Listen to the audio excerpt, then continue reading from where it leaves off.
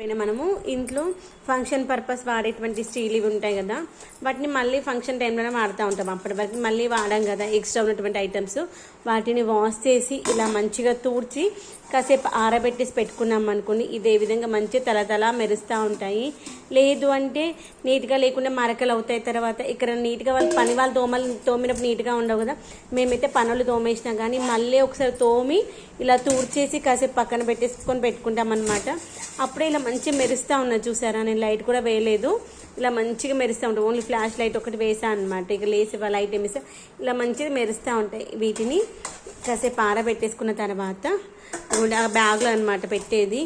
ఇప్పుడు వాటికి సంబంధించినవి బకెట్స్, మగ్స్, ఇంకో 2 బకెట్స్ ఏమో మిస్ అయినాయేమో అని డౌట్గా ఉందన్నమాట. మర్చిపోయాము. 2 ఉండేనా, 4 ఉండేనా, 3 ఉండేనా అనేది ఒక్కోసారి అంతే అవుతూ ఉంటుంది కదా.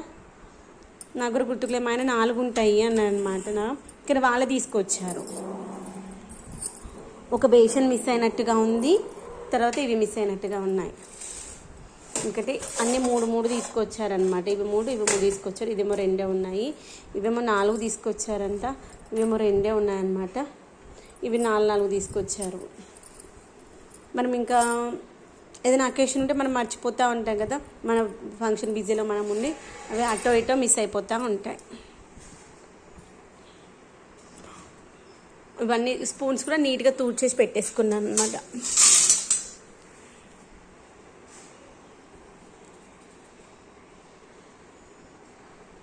ఇవి యాక్చువల్గా ఏంటంటే